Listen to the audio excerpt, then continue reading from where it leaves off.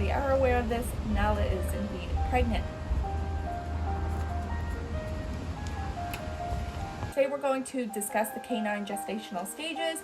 Weeks 1 and 2, first off, fertilization occurs, fertilized eggs implant. Weeks 3 to 4, the spinal cords begin to develop. The fetus grows, facial features. Now weeks 5 to 6, the S organs develop. I don't know if I can say the actual word, but yes, I'm sure you understand what I'm saying when I say the S organs. They develop as well. They develop their legs, eyes, and other features. Weeks 7 to 8, the puppies are well developed, noticeably move around in the stomach or the abdomen. Week 9, puppies are fully developed. The fetus may stop moving and be still. Now that I've broken it down into weeks, I'm going to break it down to months. So here's a timeline month to month. So month 1, fertilization occurs, as I already discussed. The fetus begins to take shape, heartbeats are present. Month 2, pregnancy symptoms begin and are more noticeable. As I mentioned earlier, eyelids, toes, claws, the coat, and skeleton start to form. In month 3, the puppies are almost fully developed. Dog will experience behavioral changes, and the dog is getting ready to whelp. And that is how long a dog is pregnant for. So pregnancy in dogs, it's also, as mentioned earlier, called the gestation period, and it normally ranges from 57 to 65 days with an average of 63 days. I had already discussed this in the heat videos that we've done, the series when Nala was in heat and mating with P9, but I will discuss it again just in case you missed those videos and you are curious. But can a dog get pregnant after one tie? And in actual fact, a whopping 40% of female dogs will fall pregnant after just one mating session. That is incredibly high numbers, meaning that you are at considerable risk of having a litter of unwanted puppies if you are not careful and you are not prepared or wanting puppies if your female is not spayed. So please be aware of this, and if you don't plan on spaying your female, keep very close tabs on her, track her heat cycles, monitor, keep all males away. Make sure even if your yard is a fenced-in yard, you are still monitoring the dog. Your eyes are not to come off your dog, your female, if she is not spayed. Eyes should be on her, especially when she's in heat, 24/7, regardless if you have a fenced yard, regardless if you keep her in a kennel and you have a male in your house as well that isn't neutered. So if you have a male in your home who isn't neutered and your female isn't spayed and you do not want them mating, you are keeping tabs on them all the time. So of course, the most obvious sign your dog's mated and your female has become pregnant is if after your female cycle ends and you notice that her mammary glands and teats begin to swell and they show less interest in food. And this of course varies from dog to dog, because our dog, she's always had no issue with turning down some food. So there are certainly other things you want to look out for, not just the whole fact of less interest in food, because this could be for other reasons as well, but it is of course one of the signs that your dog could also be pregnant. I've already discussed it in another video, a previous one, about the signs of pregnancy, but in case you missed it, and just because I already started going into it and mentioning it in this video, the things you will be looking for are increase in appetite, weight gain, increase in the mammary and teat size, which I already just stated, swollen belly, tires more easily, nesting behavior, more affectionate, irritability, and like I said, you might notice a decrease in appetite near the beginning. It's not always the case, but you certainly will notice an increase in appetite near the mid and late portion of pregnancy. With some dogs, you may also see vomiting. Now this is of course a case-to-case, dog-to-dog basis. With Nala, she never did vomit. It was only the first pregnancy this occurred. All of her other pregnancies, Nala did not show any signs of vomiting. Now, as your female dog's weight increases in the last few weeks of her pregnancy, it is recommended by vets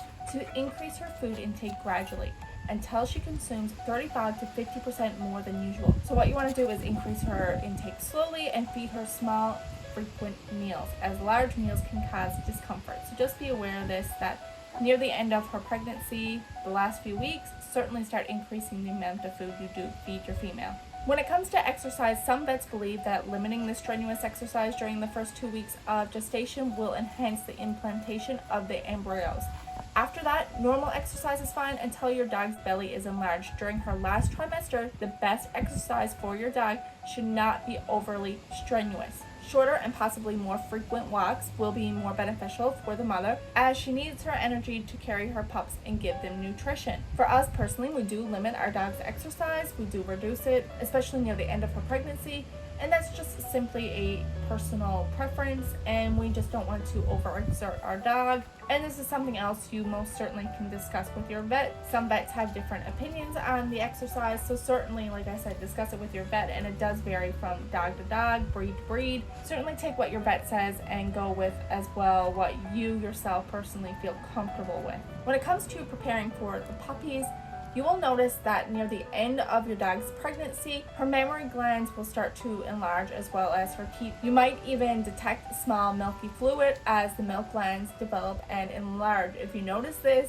she is very far along, and be prepared, have everything ready to roll because puppies will soon be approaching. Her abdomen will increase in size and may sway a little as she walks, which, as you see with Nala, this does occur. It's quite funny and cute, but at the same time we also monitor it and keep a very close eye on it.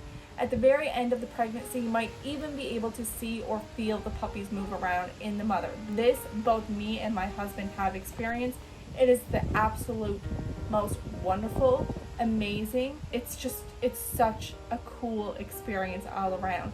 By this time, you want to prepare yourself and your dog for whelping, or puppy birthing is the other way you can, I guess, describe it.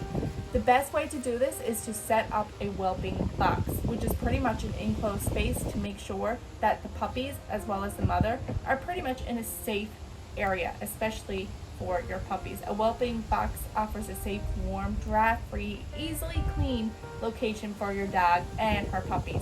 There are whelping boxes made that you can purchase online. We have a puppy pin that we use personally, and we purchased this on Amazon. You can also purchase whelping boxes on Amazon as well. Some people use plastic swimming pools that are for children. Some just make one and pick up supplies at a hardware store and just make the box themselves. The whelping box should be easy for the mother, but not the puppies to get out of.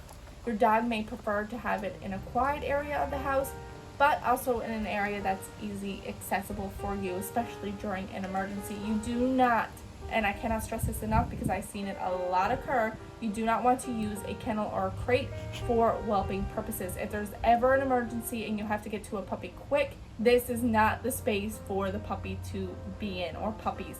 Also, it is a higher risk and chance of the mother accidentally squishing and seriously hurting and harming the puppy, or even killing the puppy. So please, if you plan on having any space for the puppies, do not use a kennel or a crate. Have it so you can easily get in with your hands, as well as the mother can easily get out of, but the puppies can't get out of. Once you purchased or built your whelping box, take some time to get your dog accustomed to it. If you don't introduce her to the whelping box beforehand, she might decide to deliver someplace else in your house. For example, the closet. If you've seen our first litter with Nala, she had her puppies in the closet and we had to relocate her. This also was kind of a surprise and a shock to us when it came to the first one, which, if you've seen those videos, oh my goodness. So she had her first litter during COVID times. We couldn't get to a vet. The vet was closed, and everything we done with a vet had to be communicated by phone, via images, through an email. It was, oh my goodness, unreal. They misdiagnosed her. They thought she had mastitis and she wasn't indeed pregnant, and we couldn't even go in for ultrasounds because of COVID time. So yes, for our first litter, it was a surprise litter. Of course, we had planned and we wanted to breed Nala. We were just hoping to wait until a few months after, but she had other plans and Kenai had other plans. It was still a remarkable, amazing experience, and we are very grateful and happy we still had all the supplies ready to roll, just in case, because we planned on having puppies a few months later anyway in our next heat cycle. Just so happened she had other plans, like I said earlier. But yeah, that was an interesting litter. We were just very happy and grateful because we planned on breeding anyway. We had everything ready for her and the puppies just in case. It just sucks that the vet that we used at that time, which we do not use that vet anymore when it comes to Nala, we have a new vet. Actually, she has two vets. All of our dogs have two vets. They have a holistic vet as well as a vet that isn't holistic. But anyway, that vet that she had for the first litter, yes, they actually diagnosed her as mastitis, and that's what she had when all along Nala was pregnant. If this is your first time breeding, certainly talk to a vet and learn from us have more than one vet, get more than one opinion, especially if you're not 100% sure. With us, it was kind of a different situation when it came to that first litter, simply because it was during COVID, everything was shut down, we were on lockdown, we couldn't go in to see them physically, so everything we were sending them was by a picture or a description and trying to explain everything that was going on.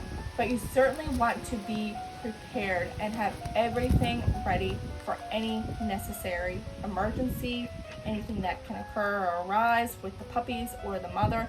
You want to certainly be educated on anything medical wise that you might need to do or know, such as how to check temperature, how to check heart rate of both the mother and the puppies. You want to know if the puppy is choking on milk, how do I solve that? If the puppy ends up, as they get a little bit older, before they get rehomed, if they start to choke on something that is in the room that they're in. But everything emergency wise, you want to know for both the mother and puppies. So please be aware of this. Please educate yourself. If you are unsure, ask a vet, or you can also ask other people who are in the industry of breeding. They are certainly more than willing and wanting to help any new breeders that are coming up through, especially when it comes to educating them about safely breeding puppies. And that is everything for this video. Thank you so much for watching, everyone. We hope you have a wonderful week, wonderful weekend, because the weekend is of course approaching. This video might be posted on the weekend depending, because my allergies, seasonal allergies, are through the roof. I don't know if anyone else has had this issue. This has certainly been the worst year for my allergies, I have to say. But yes, have a great week and a great weekend, and we'll see you all real soon for another video. Bye now, everyone. Take care, stay safe, and bye.